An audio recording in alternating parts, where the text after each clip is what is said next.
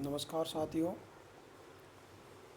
आज अपन सीमांत उपयोगिता ह्रास नियम law of diminishing marginal utility का अध्ययन करेंगे। सबसे पहले इसकी परिभाषा पर अपना प्रकाश डालते हैं। सीमांत उपयोगिता ह्रास नियम हमें ये बताता है, यानी कि law of diminishing marginal utility हमें ये बताता है कि एक दिए हुए समय में एक वस्तु की विभिन्न इकाइयों का लगातार यानी उत्तरोत्तर उपभोग करने से हो सकता है प्रारंभ में उस वस्तु की सीमांत उपयोगिता मार्जिनल यूटिलिटी यानी एमयू बढ़ सकती है, लेकिन एक सीमा के बाद या एक बिंदु के बाद उसकी सीमांत उपयोगिता लगातार घटती जाती है। यानी कि ये सीमांत उपयोगिता ह्रास नियम है। सीमांत उपयोगिता ह्रास नियम क्या है कि एक दिए हुए समय में एक वस्तु की विभिन्न इकाइयों का लगातार उपभोग करने से हो सकता है कि प्रारंभ में उसकी सीमांत उपयोगिता बढ़ सकती है, लेकिन एक सीमा के बाद एक बिंदु के बाद उसकी सीमांत उपयोगिता लगातार घटती जाती है। जैसे उदाहरण के तौर पर अपन दे सकते हैं कि एक व्यक्ति दोपहर के भोजन में आमरस की कटोरियाँ पीता है। ठीक है, उसे एक के बाद दूसरी कटोरी, फिर तीसरी कटोरी आमरस से क्रम से घटती हुई सीमांत उपयोगिता मिलने लगती है। यानी कि व्यक्ति दोपहर के भोजन में पहले एक कटोरी पिएगा, उसको अच्छा लगेगा, फिर दूसरी कटोरी पिएगा तो भी अच्छा लगेगा, लेकिन फिर तीसरी कटोरी पिएगा तो वो थोड़ा उसको वो संतुष्ट होता जाएगा। ऐसे ही लगातार अपन अगर उसको आमरस की कटोरियाँ पिलाते जाएंगे तो उसकी जो सीमांत उपयोगिता वो क्या होगी, क्रम से घटने लगती है और एक सीमा के बाद वह आमरस पीते पीते पूर्णतया तृप्त हो जाता है। और एक सीमा ऐसी है कि जहाँ वो पूर्णतया आमरस पीते पीते पूर्णतया तृप्त संतुष्ट हो जाता है। और अब देखिए आप, यानी कि ह्रासमान सीमांत उपयोगिता ह्रासमान नियम जो है उसकी अब अपन लेते हैं मान्यताएं। सीमांत उपयोगिता ह्रास नियम की मान्यताएं। सबसे पहली जो मान्यता है उसकी है उपभोग का समय नहीं बदलता। यानी कि उपभोग का समय नहीं बदलता, यानी कि ये नियम इस मान्यता पर आधारित है या ये नियम तभी क्रियाशील होता है जबकि उपभोग का समय स्थिर रहता है। उपभोग के समय में कोई परिवर्तन नहीं होता है। उपभोक्ता को वस्तु की विभिन्न इकाइयों का उपभोग एक ही समय, जैसे दोपहर, एक ही समय में करना चाहिए, तभी ये नियम क्रियाशील होता है। उदाहरण के तौर पर आप देखिए, जैसे एक व्यक्ति दोपहर के भोजन में आमरस की कटोरियाँ पीता है। ठीक है, उसे एक के बाद दूसरी फिर तीसरी कटोरी आमरस से क्रम से घटती हुई सीमांत उपयोगिता मिलने लगती है और एक सीमा के बाद वह आमरस पीते पीते पूर्णतया तृप्त हो जाता है। लेकिन उसी दिन शाम को अथवा दूसरे दिन आमरस का उपभोग करने से नई स्थिति उत्पन्न हो जाती है।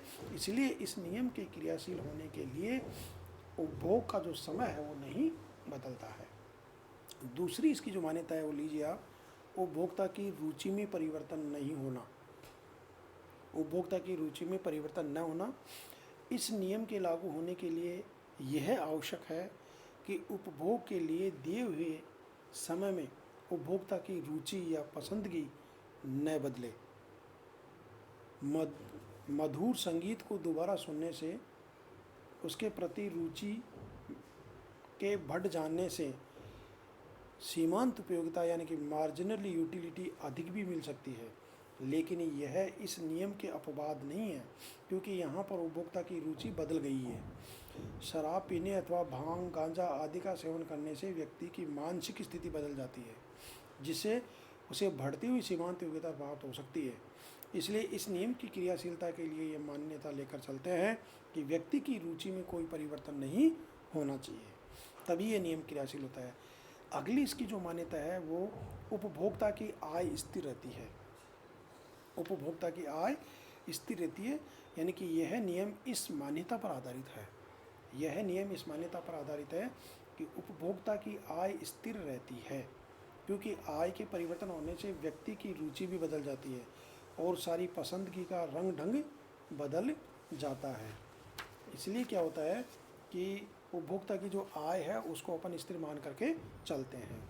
अगली जो मान्यता है यहाँ अपन लेते हैं अन्य वस्तुओं की कीमतें स्थिर रहनी चाहिए, अर्थात अन्य वस्तुओं की कीमतें स्थिर रहती है। एक वस्तु के उपभोग के प्रति उपभोक्ता का के व्यवहार का अध्ययन करने के लिए, एक वस्तु के उपभोग के प्रति उपभोक्ता के व्यवहार का अध्ययन करने के लिए अन्य वस्तुओं की कीमतों को स्थिर मान लिया जाता है, क्योंकि यदि अन्य वस्तुओं के मूल्य में बदल जाते हैं तो हो सकता है कि व्यक्ति इस वस्तु से दूसरी वस्तु की तरफ जाना चाहेगा।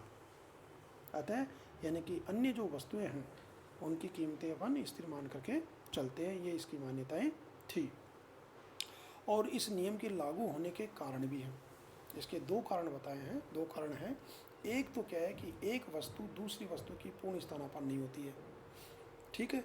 दूसरी है कि विशिष्ट आवश्यकताओं की तृप्ति हो, यानी कि इस नियम में विशिष्ट जो आवश्यकताएं हैं उनकी तृप्ति, उनकी संतुष्टि हो सकती है।